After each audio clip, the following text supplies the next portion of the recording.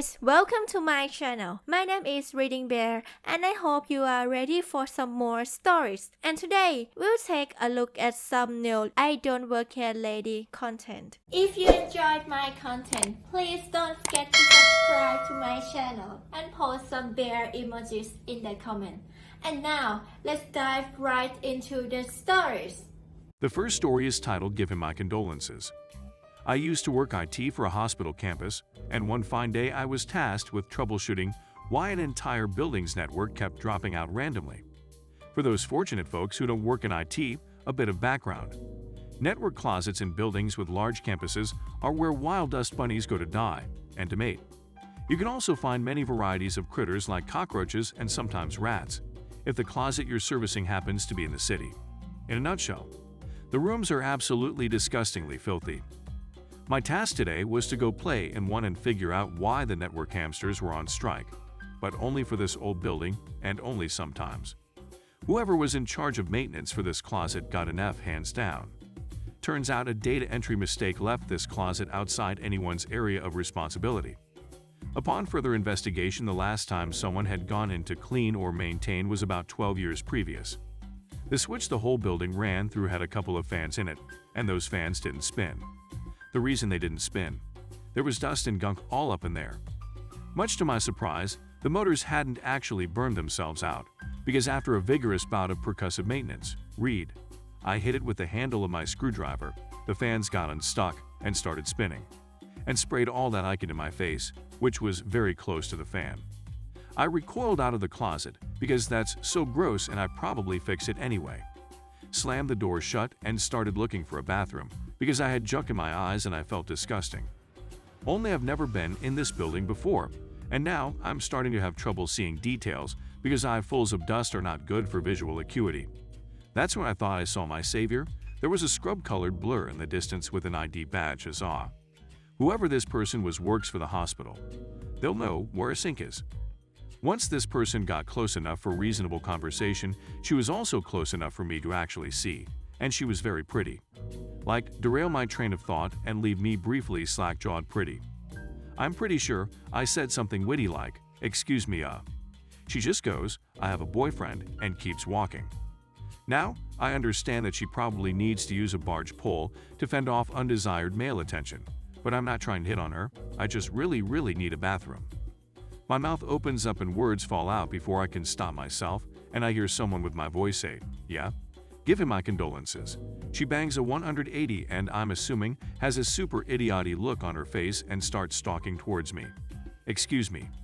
I work here too, and I really need to find a bathroom." As I say this, I indicate my dust-coated person with a vague hand gesture. It was at this point she redeemed herself as an actual human being, because it was her turn to say something pithy. Holy crap. She grabs my hand and pulls out her cell phone, and I'm trying to disengage because I don't want to get her dirty too, telling her I'll be fine, I just need to rinse my eyes out.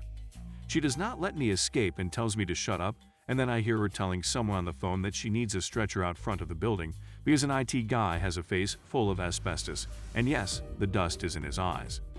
Getting that sorted was not much fun at all, but the only reason I didn't get my vision permanently impaired was because I was one building over from a level 1 trauma center, and a quick-thinking nurse didn't let some dip crap try and wash his eyes out in a sink. Life pro tip: asbestos dust in your eyes is an experience you can live a complete and fulfilling life without ever experiencing. The next story is titled I'm Not a Student. I graduated 3 years ago, so I work part-time at my old HS as my 11th grade English teacher's assistant. He needed an assistant because he just came back from a paternity break. He now has like 6 kids, so he's all over the place. So I applied and we were always close, so he hired me. So I was walking down the halls. I had just dropped some papers to the office and was heading to the lunchroom to get some food. I also use a Loungefly backpack. If you ever seen them, they are small. I can barely fit my notepad in it. Very unpractical for a student. So as I'm walking, a teacher call out, "Get to class," and at first I ignore him cause I figure he's talking to another student. But he says, "Hey you. Why aren't you in class?" I turn around and look at him staring at me. I'm not a confrontational person, so I just simply say, "I'm not a student. I graduated 3 years ago." He gives me this look like he doesn't believe me, but he goes back to his classroom anyway. I saw the same teacher later that day when me and the English teacher I worked for went to the teacher's lounge together to get copies. He seemed a bit embarrassed. The next story is titled Supervisor Karen Doesn't Understand That I Do Work Here. Let's get some of the basics out of the way. Me, myself. K, Supervisor Karen. FM, Field Manager. Po1, Police Officer #1. Po2, Police Officer #2. PS, Police Sergeant. F, Friendly Coworker. Prologue. Alright, so the story starts off with myself and my coworker. At the time we both worked in California in G4's, Guards Force Service, which is a pretty big security company. I was on graveyard, and at the time, this wasn't my main post I was at. I was just sent here to give a hand with a guard that called off, and apparently the supervisor wasn't given any information on my arrival. Main story. This was before COVID was a thing, back in 2019. It was peak season in November, and I was a guard that was asked to come take up a post at the Farmer Joe's Distribution Center in Bloomington, California. It was a graveyard post, and my friend that knew for years had been working at this post. Now the field manager had called me in and asked me if I could work here for the night, which at the time I didn't mind taking the extra overtime. After I was shown around at the time by the shift supervisor that was there, I was let off to go about my business like any other person. It was a 10 p.m. to 8 a.m. shift. Yes, 10 hours, yay. It all started around 1 a.m. when the head supervisor came, which in the company is known as a post commander, and all guards are required to call the post commander by their rank, which is captain. I refused to call someone CPT unless they served. Me, minding my own business in the Trader Joe's yard, helping trucker back into their gates, until I heard someone coming up behind me and all suddenly hearing a yelling. K, excuse me, who the duck are you? Me, my name is Kyle, nice to meet you. I was told to come work this shift by another manager. K, no, I asked for someone specifically. I didn't ask for a fat ass like yourself. Me, now at this moment in time, I was getting very pissed off because of her general rudeness and questioning in my mind someone specific. Well, they sent me, and I'm sorry you didn't get who you wanted, but I am only here to do a job that the FM, field manager, has sent me out to do. K, well, you can kindly escort yourself off the property for trespassing, as I did not request you to come to my site, mister. Otherwise, you'll leave me no choice but to call the police. Me, sorry, but as required by the FM, I am to stay at the post until the end of my shift. I was asked to do a job, and I will be doing job regardless. You can call the police if you want. I'll call the field managers. Now I was pissed and wanted nothing more from her, but she actually did go away and called the police on me. They showed up roughly 30 minutes later. Po1 shows up with partner, which is PO2. What's the commotion all about? Me, sir, if I may. Before I could continue, the PC shouted out to the cops and interrupted me talking. K, officers, you need to arrest this man immediately. He threatened to kill me with a knife, and he's trespassing on his property. Me, I gave a massive sigh, as both the officers were confused because I'm clearly wearing a G4's standard issue uniform that has all the patches on the uniform, but because they heard knife, this is what happened. Po2 pulls out handgun. On the ground now? Hands behind your back. Po1, he follows by placing handcuffs on me. Me, now even though I'm restrained, the second officer still has his gun pointed at me like I'm an active threat with metal cuffs on me. I'm not going to lie, I nearly shat myself, cause I thought I was going to get shot for no reason. I did indeed have a pocket knife on me, but that was mainly because I had a backpack full of munchies that I used the knife to open the bags with, but it was literally a keychain pocket knife. Po1 searches my pockets and finds the knife, and escorts me back to the vehicle where I am then placed in the back of the vehicle, still in handcuffs. F. At this point in time, my friend comes to see what the commotion is all about. Hey officers, what's going on here? Po1. Mr. Myself is being placed under arrest for possession of a deadly weapon and charged with threatening that woman over there of killing her. He's also charged with trespassing. F. Wait, what? Deadly weapon are you talking about? And he would never threaten someone's life even if he hated them. He's not that kind of person that would want that to happen. And he's not trespassing. He was asked to come work here. Po1. Well, that woman over there claims that he threatened her and that he's trespassing on this property. F. Sir, I can assure you that none of this is true. He was called up on his day off to come down here and work. If he wasn't supposed to be working, he wouldn't be here. Po1. Well, if you can find me the evidence that supports these claims, then I will release him. Until then, it's a he said, she said situation, and he did have a knife on him. Me, still sitting in the back of the car, with the door opened, I asked my coworker to call the field manager and have her come down here immediately. I also told him to grab the Trader Joe's manager to pull surveillance tapes, as where I was standing with the supervisor. There was a camera there with audio. He pulled out his phone and called the field manager and told her of the situation. Then he rushed inside to grab the building manager. Po 1 and Po 2. Both are talking with the Karen, a little bit away from the vehicle, and I can barely hear, but I guess one of the police officers called for a supervisor of their own. P.S. Shortly a second police car shows up, and it's the police sergeant. He came to the window, where I was sitting patiently and waiting, and asked my side of the story, and I told him everything. FM. Finally, the field manager shows up with our office's regional director. Comes outside with the manager of the building. Everyone pretty much calmly talks at this point, since there were so many stories being thrown around. FM. Myself, why are you in the back of the police car?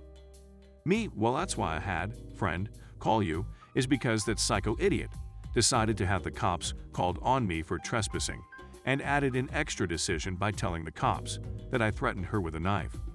FM and director both look towards the police and gets their attention. Director. Officers, this is all a big misunderstanding. Myself was called on his day off to come work at this post as per asked by field manager. P.S. All right, well, that doesn't explain the threat with the knife.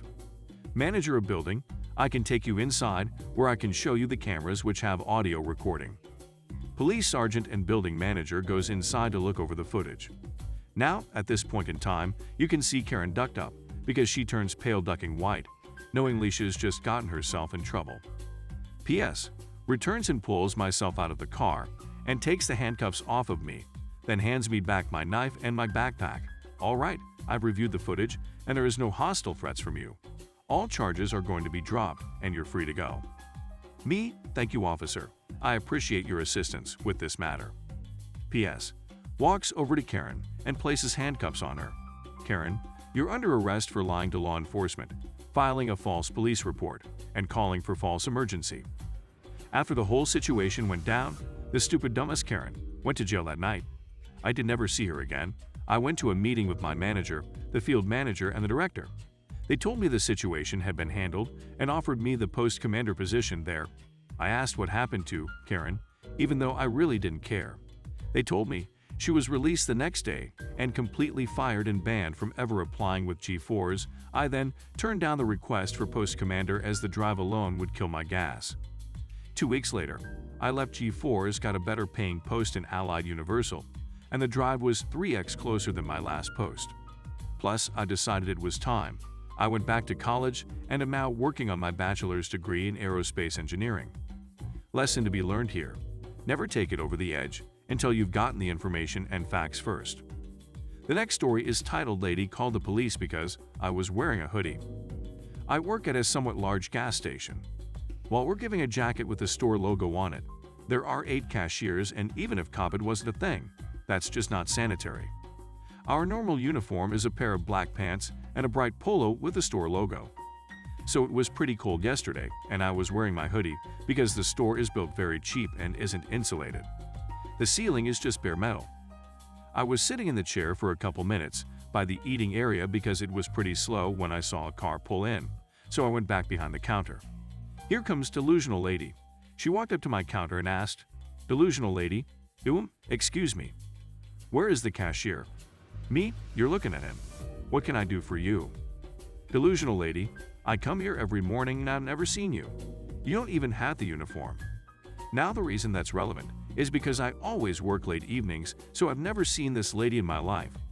I probably haven't been awake before 2 p.m. in a year. Me? Oh, sorry about that. It's just cold in here and the heat doesn't really work. So I took off my hoodie to prove to this lady that I did in fact work here. She then pulled out her phone as 2 other customers walked in and a line formed behind her. Delusional Lady, this guy doesn't work here. I think he's stealing. I'm calling the police. She walked off to the sitting area and dialed for the police. Meanwhile, I guess the other 2 people realized she was an idiot and let me ring them up. She watched the entire time, telling the police I was pocketing money. When they arrived, we ended up having to call my manager to the store to explain that I did, in fact, work there. They let her off with a warning and banned her from the store. The police wouldn't let the store stay open for the entire hour it took the manager to get there. I was never detained as it was obvious I worked there, but they insisted on talking to the manager. And did I mention I'm the assistant manager? Ugh. The next story is titled My Face on the Building, but somehow not the owner. I love this subreddit. I feel for all of the employees out there, and wow, you've got some doozies. You are all fighting the good fight. I have an IT services business now, serving corporate clients. But several years ago, I also had a small chain of computer repair stores and took consumer walk-ins. I was a pretty active owner and would work the front counter regularly because I like to interact with customers, and when I can, I like to try to stay close to what the front line is struggling with, since they understand the business way better than me in some key regards. I also think pretty highly of myself, so I used to plaster my face on all of my advertising, which resulted in my ending up as a sort of walking billboard for my business around town. So I'm working the counter at one of my shops, and this fellow I'd never seen before walks in and brings his computer to the counter and tells me that his computer is not working and that I need to fix it. He was a second language learner, and so we can't always assume someone is trying to be rude if English is not their first language. Sometimes it just sounds that way, so patience is important, and so is not judging someone. I thank him for coming in and explained to him the diagnostic fees we charged, and that the diag fee went toward the repair, all the standard stuff, and he immediately flies into a rage. He tells me that he had already paid the fee, and the computer still wasn't fixed. Oh no, I said, when did you bring it in? He said he couldn't remember, but that it wasn't that long ago. So I looked it up in the computer system, and sure enough, there is his customer record complete with the serial number of his system. It had been a full year since he had that computer in. When I explained this to him, and that it had been too long by anyone's standards. Most new consumer computers only have a 1-year factory warranty, and this was not a new computer. He flies into another tirade about what a ripoff we are and how I need to fix this computer because it never worked right after he got it back. I explained it had just been too long, and that sets him off screaming and threatening me. Fortunately, there was a counter between us, so I tell him to get out of my store. I used profanity. It was not my finest hour, but profanity is a strong suit of mine. He won't leave, and says he isn't leaving until I fix his computer for free, and says he'll call the police if he has to. I pick up the phone and dial police for him, explaining to the dispatcher I have someone in my shop who threatened me and refuses to leave. So the police show up, and by this time the guy has calmed down a bit, and even seems thankful the police had arrived. After a short interview as to my job role and the situation, the responding officer says, "Sorry, the owner wants you to leave, so you're going to have to leave." This sets the guy off even more, and he starts screaming, "He's not the owner. I know the owner. The owner would never treat me this way. He's not the owner." So the policeman says, "This is the owner. I happen to know he's the owner." The guy continues to argue with the officer, but the officer remains calm. "Okay, how about we talk about this outside?" To my surprise, the guy grabs his computer and goes outside with the officer, still ranting on and on about how I had no authority and the officer had no right to throw him out, and he wants to speak to the owner. I could still see and hear the two of them outside the retail glass doors, as the police officer calmly points to the 9-foot-tall retail windows on the front of the store, with my photo taking up 2/3 of the space, and my name and title in about 9-inch bold letters under my giant ugly face. So the man goes silent, packs his computer in his car, hops in and drives away. I never saw him again. I was really thankful one of my clerks didn't have to deal with that guy, but when I messaged them all the story, they all wished they had been there. If you enjoyed the video, please subscribe to the channel and post some bear emojis in the comments.